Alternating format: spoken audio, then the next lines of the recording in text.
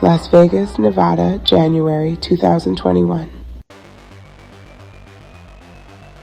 It was bitter cold in the north Las Vegas desert on the morning of January 25th, 2021, when the body was discovered. A male, face down, clearly dragged through the dust, dumped like trash in a ditch near the Apex landfill off Interstate 15. Shot multiple times, no identification, no casings either. The victim's name, R.W., a young rapper, signed under Unique Music, the independent label owned by Eugene Big U Henley, and operated with his lieutenant Mark Martin. But before R.W. became a homicide statistic, he had a name in the studio. He was one of Big U's prospects. He'd been flown out to Las Vegas to record tracks, housed in an Airbnb rented under a burner account by Henley's employee, KF, and driven around on Uber rides controlled by a fake name attached to KF's mother's account. Everything was prearranged: flights, lodging, transportation, all covered by Unique Music. But what happened once he got there would cost him his life. According to Witness 1, who works security at the Las Vegas recording studio, everything about the day before RW's murder seemed off. Around 7 p.m. on January 24th, Henley showed up with his driver and enforcer, Sylvester V. Robinson, in a dark gray Lexus. Witness 1 had never seen them before. They weren't regulars at that studio. There was tension as he checked them in. Sometime between 8 and 9 p.m., RW arrived to record. He laid down a track from 11 p.m. to midnight. It was normal until it wasn't. At 12:37 a.m., Henley left the studio. The Lexus was gone. RW disappeared shortly after.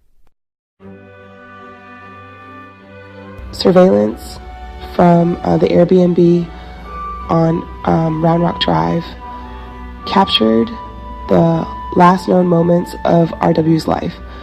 At 1:13 a.m., the same Lexus from the studio pulled up. RW got out, went inside to grab a suitcase, then came back out at 1:20 a.m. and got back in the car. He never came back. The car sped off into the darkness toward the outer rim of the desert.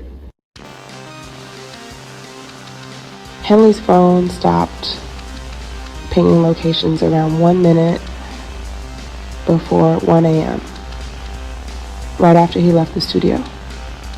That data blackout lasted until a 2:15 a.m., just long enough for the Lexus to drive to the Airbnb, pick up RW, drive to the remote desert, kill him, and dump the body. Forensic investigators determined RW was likely killed on site. Blood found on the road trailed down into the ditch.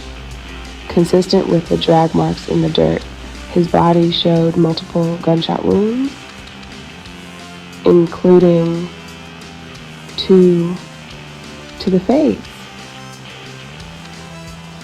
Echoing lyrics from a diss track he had reportedly recorded days earlier, possibly aimed at Henley.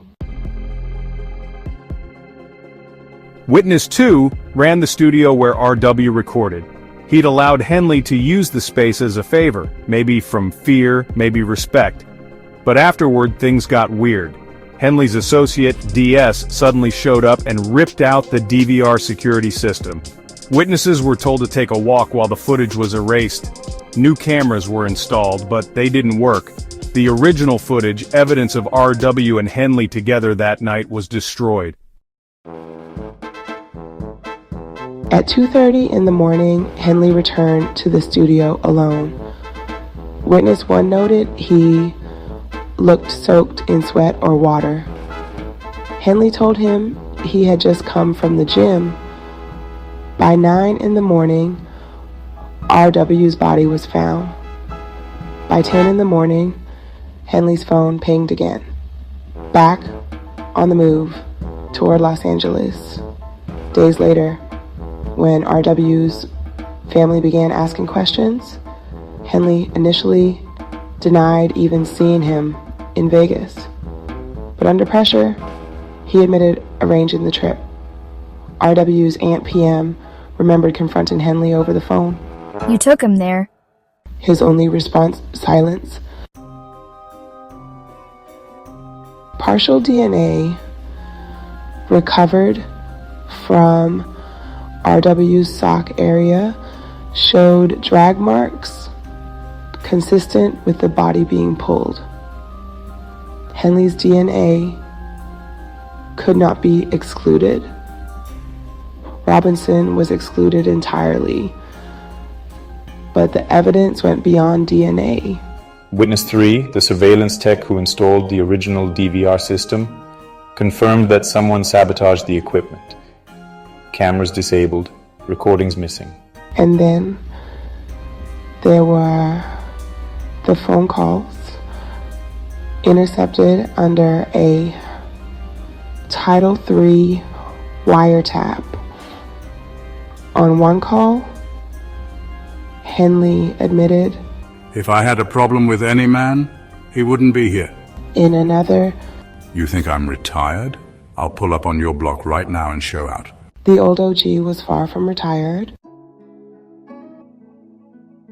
RW's family was shattered.